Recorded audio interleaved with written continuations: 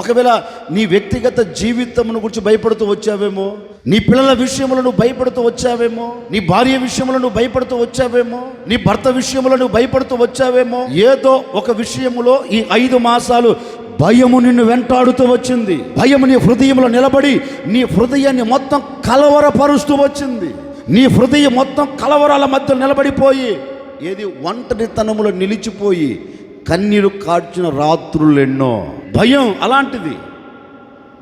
భయం నీ హృదయంలో నిలబడితే నీ జీవితంలో ప్రశాంతత కలగక, నీ జీవితానికి నెమ్మది కలగక ఎన్ని రాత్రులు ఒక్కడివే, ఎన్ని రాత్రులు ఒక్కదానివే గుడారాలో నిలిచి నిద్ర పట్టక కన్నీరు కార్చిన రాత్రులు ఎన్నో. భర్తకు తెలియకుండా భార్య ఎన్ని రాత్రులు కన్నీరు కార్చిందో,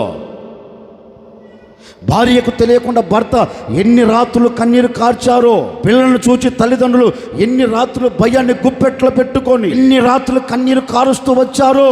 మీ కన్నీటిని అంతటిని ప్రభు చూచి, మీ భయాన్ని అంతటిని ప్రభు చూచి, ఇదిగో ఈ దినము మొదలుకొని రాబోతున్న దినాలలో ఇక మీదట మీరు భయము లేకుండా నా దేవుడు మీకు నిర్భయ జీవితమును కలగచేయబోతూ ఉన్నాడు.